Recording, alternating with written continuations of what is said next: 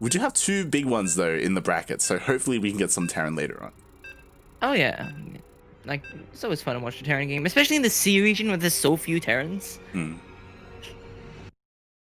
What this Azure Hut, Seether, Run amok. Runamuk, true.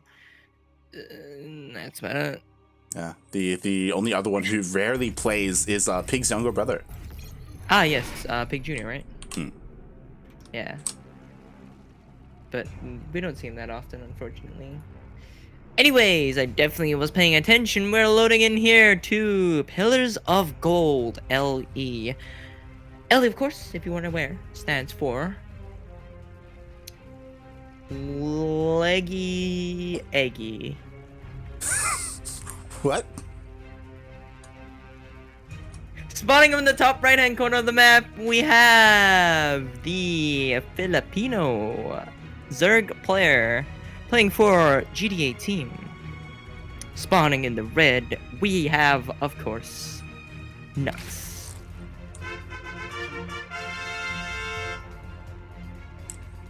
And spawning in the bottom left-hand corner of Pillars of Gold LE, it is the Australian Protoss player representing Team Fight for Justice. He took down the teammate of his opponent last game. Can he take down another GTA member? It is StarDuck.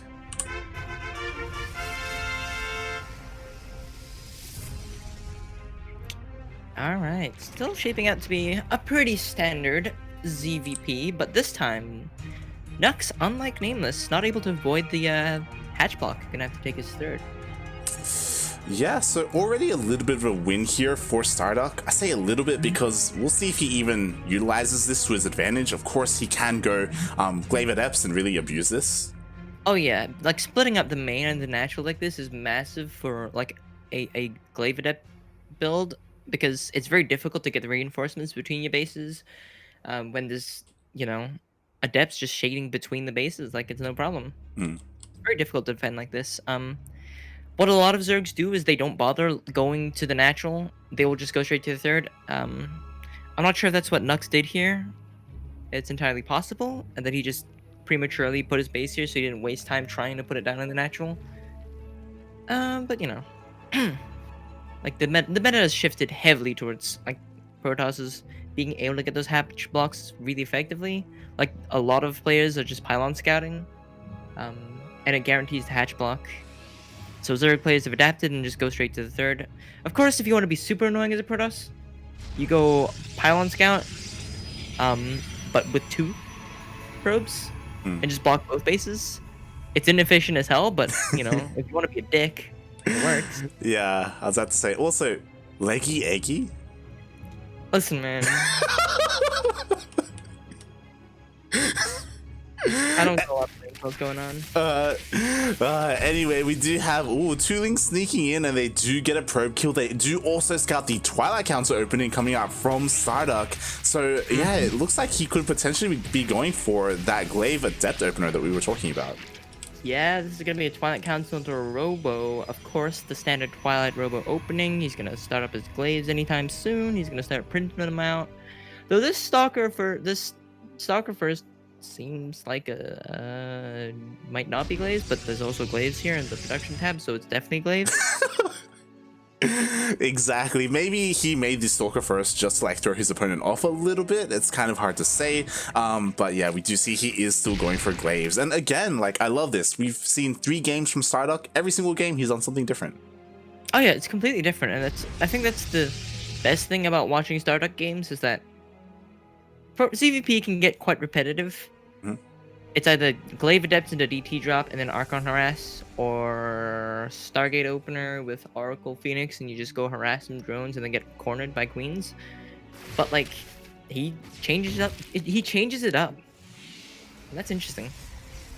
Oh yeah, definitely. And you were just talking about it. We do have that Dark Shrine on the way as well. So it isn't just your regular Stargate. I'm sorry, your regular Glaive opener. It will be DTs behind this, and it's going to be on Nuks to try and make sure he prepares for it. When you scout like Glaive openers, because DTs are so common afterwards, like you do normally get spores blindly, but We'll see Yeah, if Nuks it's a very does so. Yeah. Popularized, of course, by Zest. Mhm. The man, the myth, the Zest. The Zest. Zest. You know, I'm not gonna try. The zesty boy, if you will. You know, he's Boy. He's sour. He's I don't think it's a good thing. he's actually a great guy. He's sour. He's awful, but he's great. No, he's awesome. I was trying to make a haha funny. Didn't work. All right, here we go. Oh, dancing the shade. He's not gonna shade into a bunch of lings and a spore spine. That's a spine, not a spore. I promise I play Zerg. Oh, here we go. He's actually starting off the DTs in the main. There is a spore here though, so gonna get the whole position block, and he's just gonna leave. No, go the other way. Have to be so careful here, but we did see that Nuks, he did not neglect his detection. He got spores in every single one of his mineral lines, but StarDuck did commit to the shade. Yeah, he's committing to the shade here in the second base. That is in the third base position. Gonna get a little bit of damage off, but not that much. This ling count is good enough to just surround and kill off the adepts. He's gonna have to recall the warp system here as the Karen squad shows up and pushes him home. So good defense. Oh yeah, definitely. And honestly, this is why I was surprised that StarDuck went for this opener, because this became so popular. Thank you, Zest. So popular that I feel like a lot of Zerg players by now, they've gotten like the hang of defending against this. Like typically, it's a lot more rare to see this actually work and deal a lot of damage. Yeah, like it's such a common thing because it is one of the two openers for ZvP that anyone actually does. That Zergs are just really good at defending. I'm not, because I can't multitask, and I'm really bad at scouting and decision making. I spent hours playing with Dally trying to train against like these multi-prong builds, you know, like the DTs and the Adepts, and I just lost every time. But regardless, like people are so good at preparing for this at this point. Like there are such significant tells of the build that it's not hard to defend at this point. And yeah, it's more of like a way to try and test. Like it's like a limit test more than something that's actually going to do damage. Oh yeah, because definitely. of how easy it is to prepare. Yeah, he definitely, it's kind of like, you know, how good is my opponent here at the beginning of the series. And honestly, with these two adepts, he's actually dealing a decent amount of drones. Yeah, it's decent micro. Gonna just target down drones, get a little bit of drone damage, getting quite a few, which is not bad at all for two adepts. Yeah, it's one of those things where it goes to show he started off with like 8-10 adepts trying to like force some damage at the third. Mate, just get 2, warp into the main, you're good. That's what you need. StarDuck, I've always said this, he's one of those players that's ridiculously good at like finding drone damage just any way possible. Like he'll find the tiniest like opening to do drone damage, and he just does somehow. I don't know how he does it. He finds a way.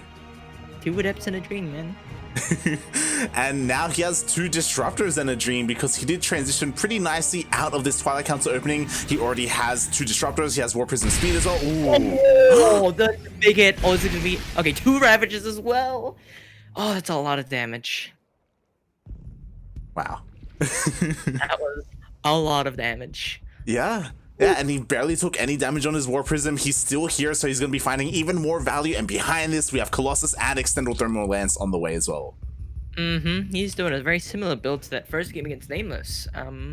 Except, of course, he opened with this in that game against Nameless. But this game, he opened with the Wave Adepts. All right, not too much. Gets a couple of drones, and he gets out. Still not... He's like had the same amount of hull damage for like most of the lifespan of this Warp Prism. Yeah, so it's gonna be good. Yeah, and you know, Nuks, I do like what he's going for. He's going for Roach Ravager, and behind this, he's going for a Hydra Lurker as well. We've seen a lot of this coming out from Zergs. Like this is kind of like your standard composition nowadays, and we'll see how he does here. Ooh, nice snipe under the Disruptor. StarDuck slipping up, dropping one way too close. Here we go. Okay, he's good. But yeah, back on that Hydra Lurker thing. Like I was watching DreamHack, like I was watching DreamHack NA and EU, everyone was playing Hydra Lurker in ZvP. It was insane the amount of lurkers I saw. Like Scarlet, for example.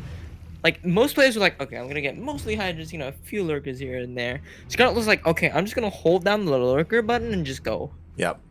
She had like 40 lurkers or something in one of those games against Australia.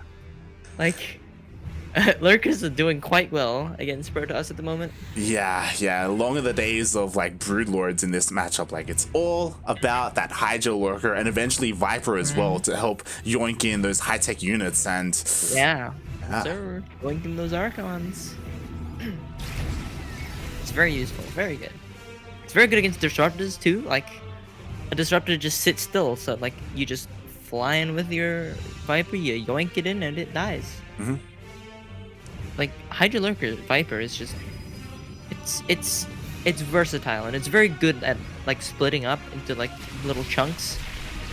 Rainer is very good at that splitting up style. Ooh, a little bit of a pick off here. Gonna get a couple of lurkers. Oh, yeah, actually a decent amount of lurkers. There are only 3 left here with this army, and something that I'm really concerned about is that Nuks, he went for lurkers, but his hive is nowhere near done. Very often you see Zerg players rush to get those like lurker range upgrades. Yeah, the lurker upgrades are key to the lurker's strength. Especially lurker range, it's one of the biggest things that makes it so, like, makes lurkers so strong. Not having those upgrades and having so few lurkers and having them picked up so early, that's a real issue. Yeah, to the point where this is actually kind of terrifying. Like, Nuks, he has the supply, like he's almost maxed out, but he doesn't have the army. He doesn't have any lurkers ready whatsoever. Yeah, his supply is mostly roaches, and roaches are massive supply inflation. Like, for how much they cost in supply, they're just a lot of supply. So that number is probably double what is actually there. See, Disruptor shotgunning. Ooh, massive Disruptor hit. He's gonna force the recall, but he does lose quite a lot for it. Only winning out through Defender's Advantage here, basically. Yeah, pretty much. Like, you were talking about it, like he was just making nothing but roaches, and honestly, it works. Like, it takes a while for things like Colossus and Blink Stalkers to chip away at those like beefy roaches, and it may not have been the most efficient thing, but Nuks, he held. He holds, but now he has so much supply, just like inflated by roaches right now. It's gonna be very hard for him to go back into that Hydra Lurker. This does give him the time to get his hive and get his upgrades, which is very good. He's got a few Vipers on the way. That should help him out, you know, yoink some important tech units. Yeah, definitely, and we'll see. I mean, I'm a little bit concerned because he does have the Vipers on the way. Still no lurker upgrades on the way though, so I don't know if he's gonna. Oh, right, there we go. Finally, the first one. He started with lurkers with burrow speed, but then he switched to lurker range, which is just the better option. Lurker range is better. Don't get me wrong, burrow speed is really good, but lurker range is it's more essential to make lurkers as strong as they are. Yeah, definitely. Ooh, nice dodge. It's got the moves. Down with StarDuck's moves, dude. Yeah, and I'm I'm a little bit sad because like Nuks, he had a plan initially like 5 minutes ago, and it's been completely disrupted. Like, he had set up a big drop like a while ago, and he just hasn't been able to do it.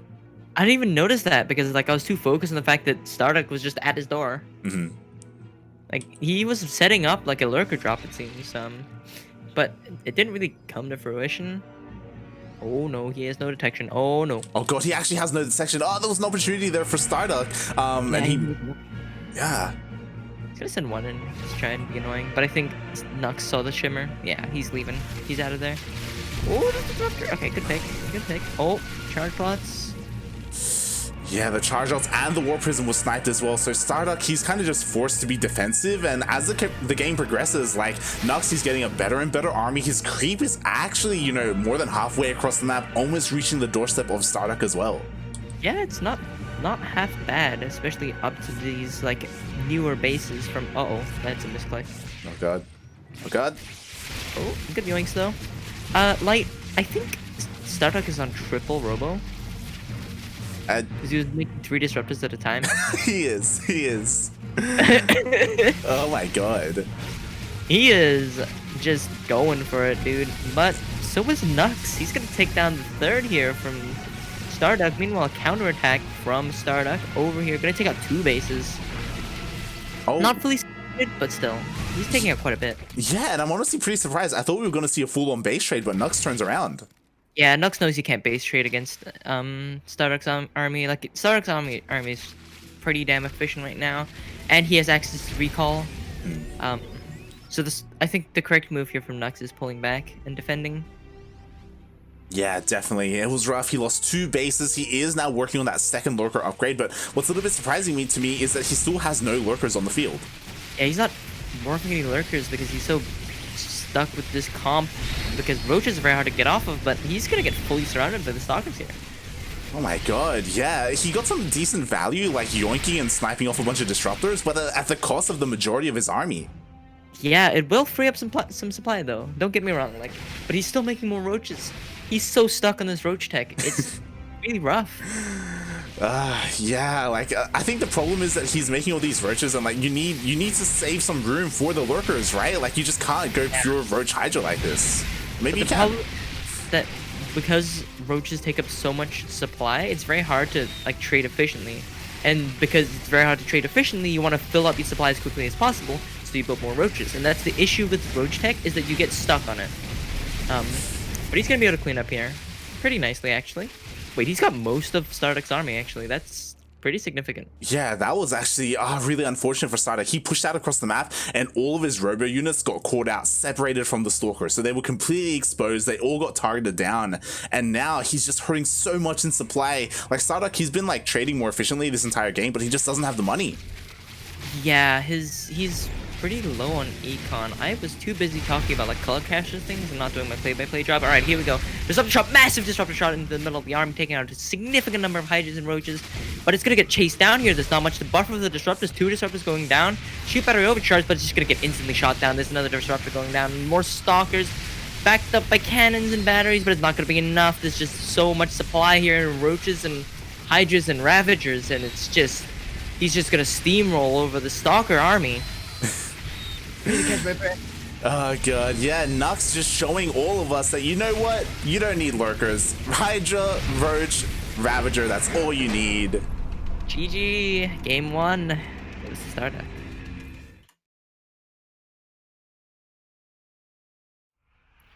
What a game. What a game. And StarDuck, again, like he played that out so well, but at the end of the day, we weren't looking at it too much, but he was struggling to expand. You know, he lost a nexus here and there. Like he just didn't have the economy to rebuild like the big losses that he was actually taking. Yeah, and all his money was just going into making disruptors. I noticed, like, he couldn't afford to really beef up his army because he was just pumping out disruptors, and disruptors are great, but not when you have like no other army supply. Yeah, like at some point, instead of going triple robo of all things, you would have thought you would have seen like a transition to Skytoss at some point, right? To abuse the fact that Nuks was going for this like roach heavy composition. Yeah, like StarDuck would have should have recognized that he was like just locked into this roach tech, and he could have gone Skyen and just abused the hell out of him, and it would have been very difficult for Nuks to claw back on any advantage. But you know, Nuks was able to just keep pumping out roaches and just holding it down and expanding, and eventually he just out macroed StarDuck to a point where he just outproduced him.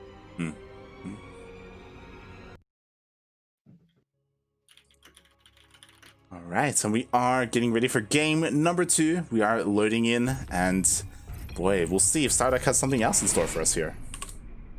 Absolutely. And of course, we are on ice. LE. LE, of course, if you weren't aware, stands for Lacrosse Execution. That's like when you're really good at lacrosse and you execute really well. You know? Anyway, spawning in the top right-hand corner of the map. In the red Zerg player hailing from the Philippines. Playing for GDA team. It is, of course, Nuks.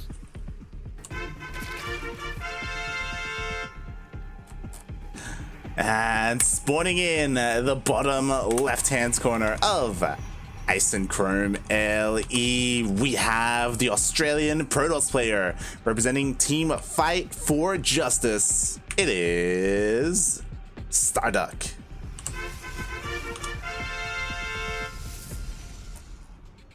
All right, here we go. Not much to talk about until we get to about 3 minutes 45 in the game and we see what the Protoss tech's into. I mean, that sums up this matchup pretty well, I think. Yeah, it's all about what the Protoss decides to do, unless we see something crazy like a proxy, like early on in the game. But we see it's pretty standard. For the most part, standard ZvP. It's like it's like the same opening every game for the first 3.5 minutes of the game. The Zerg is gonna keep macroing up and like just going lings and queens and bases and drones. And it all depends on what the Protoss decides to go with, whether it's a Twilight Robo opening or a Stargate opening or something weirder than that.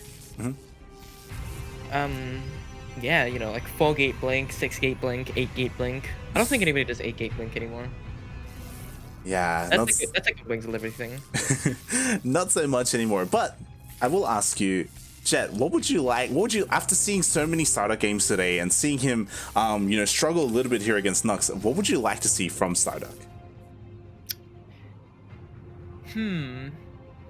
I want to see a Roddy build. I want to see his Phoenix control, because I don't think I've seen his Phoenix control, but not his pure Phoenix control. I've seen him use it with like Phoenix Colossus and like transitioning the carries and stuff, but I haven't seen his pure Phoenix control when he's got like 8, 9, 10, 15 Phoenixes, Phoenix Eye, just like picking up units and popping them off and just like kiting really well. I haven't seen that from him. Okay. Well, it's definitely possible now because he did go for a Stargate opener. Previously, we have seen him go double Stargate into Void Ray, but double Stargate into Phoenix is definitely like viable. Oh yeah, like I said, the Roddy build, double Stargate into Phoenix, and then you go into Tempests with your standard ground army. Like, you know, it's not a bad build if you know how to execute it, but it is a Void Ray. It is a Void Ray, and to be fair, I don't know if Nuks tuned in to StarDuck versus Nameless. It is definitely possible. Nameless and Nuks, they're also teammates, so it's possible that they, you know, spoke to each other regarding those matches. So yeah, we'll see if StarDuck does what he did in the previous series, if he goes for a double Stargate after he kills the Overlords. Yes, sir. Also, I think the score on stream is the wrong way around. It's fixed. It's okay. Okay, there you go. You got it. Shout out to Legend K, by the way, in the chat. Hey, what's a Legend K? Yeah. He plays in SDO fairly frequently. I imagine you've played against him? Question mark? Yeah, the last SDO I played against him. It was a really close series. I kind of dogged him and one-based him in the third game. I think the entire series I kind of dogged him, to be fair. Because that's just how I play tournaments. I just throw all macro knowledge out the window. Because my macro is good, but I'm not going to play a macro in a tournament that's predictable and, you know, I'm like Scarlet. It's like I'll either go full macro 40-minute game or I'll just like do something really out there. Yeah. And I think yeah, and speaking of like, you know, doing things a little bit out there, like StarDuck, he is going for that double Stargate opening, and we do see the difference between Nuks and Nameless. Nuks did get Overlord speed and he went in and he saw everything. Yeah, Nuks going very heavily on that scouting, very heavy in like that knowledge-based defensive style, reminiscent of Several. Is somebody who's really good at that. You know, known for going these Overlord speed openings and always getting his lings into people's bases somehow. Just always on top of that information. It's very important for a Zerg, especially playing that style, where you're reacting, especially in a matchup like ZvP, where it is all based on reactions, where the Zerg doesn't really want to take initiative. Yeah. Yeah, and I mean, Nuks so far, he's actually reacting pretty well. Like, he already finished his lair, he's already got a Hydralisk Den down, he's working on his upgrades, so he's already working on that anti-Void Ray army. But StarDuck, he is switching things up because I believe this is a much faster fleet beacon compared to the previous time he did this. This is a fast fleet. This is a fast fleet beacon. He also went for a faster third this game, I believe. So he's definitely wanting to ramp up the sky toss. That is a dead pool, all right. See you later. Oh my god, that's disgusting. What a guy. Like, he could do econ damage like he's doing now. He could force the cancel in the fourth. He could, you know, snipe some, you know, drones, some overlords. No, he dives straight into the main and goes to the and just goes straight for the spawning pool. What a dick. This is the kind of player that I know GG and leave the game against. You're like, you know what? If this happened to me on the ladder, I'd be out. I'd be out. Yeah. It'd be done. If this happened to me on ladder, I will alt F4 and go play Minecraft. I don't know. Like, like why? Why? I mean, I know why, because it's annoying and it's, you know, it's a significant disadvantage not having a pool, but why, man? Like, it's so disrespectful. Oh my god. I feel like there definitely was an opportunity for these Void Rays to do even a little bit more damage because it took a while for these Hydras to come out, but now that the Hydras are out, I mean, we'll see. We'll see how they fare against the Void Rays. He's got a decent number and he's fighting on creep. With spores behind him. Sorry, that was my water bottle closing. I have a condenser. It hears everything. Yeah, those Hydra's out, but the Flux Veins, I think that is Flux Veins done, right? Yep. Yeah, Flux Veins is done because those are Zoomy boys, and he's making sure. Ooh, some nice micro there. Fancy stuff. He's making sure to always pull back and make sure he's not fighting on creep because the only way these Hydras can fight and, you know, keep up is on creep. The Void Rays with Flux Veins are too fast off creep for the Hydras. Exactly, and we were seeing just then and there with Flux Veins you can stutter step Void Rays and actually kite back with them. It's oh god. That was some Terran shit right there. Like, oh my god, this is actually a lot of damage from these Hydras. He's got +2, right? Yeah. I mean, he has his upgrades. There are so many Hydras here, and that's the thing. StarDuck, he wanted to fight with shield batteries. With static defense, you can go toe-to-toe with Hydras, with Void Rays, but now there are just so many. Yeah, and he's not got his carriers out yet. He's only got one. He's lost his +2. It's like it's been cancelled. Also, I lied. He has +1 range, but that's still a really good amount of damage. He's got both Hydra upgrades. He's just diving for the third here after he takes out the core. Taking out the core is pretty significant. He's still waiting on another carrier. Yeah. Like, and by this point, this Hydra count is way too high. Even with the carriers, and there's not enough shield batteries here either. Like, there's none. And he's gonna take out both the third and the natural. This is not looking too good for StarDuck. Exactly. Like, this is what you need to do as a third player. GG gets cold. Hold on. I don't have it pulled up. Yes, sir. Yes, sir. Yes, sir. Nuks 2-0. Yes, sir. Yes, sir. GG. Sounds so stupid. Please don't tell me that's a bad bit. That's a good bit. Oh god. God damn it. It's up there on my like the bits I've done. It's definitely up there, I think. It's top 2. It's up there with your Everdream bit. I think it's better than the Everdream bit.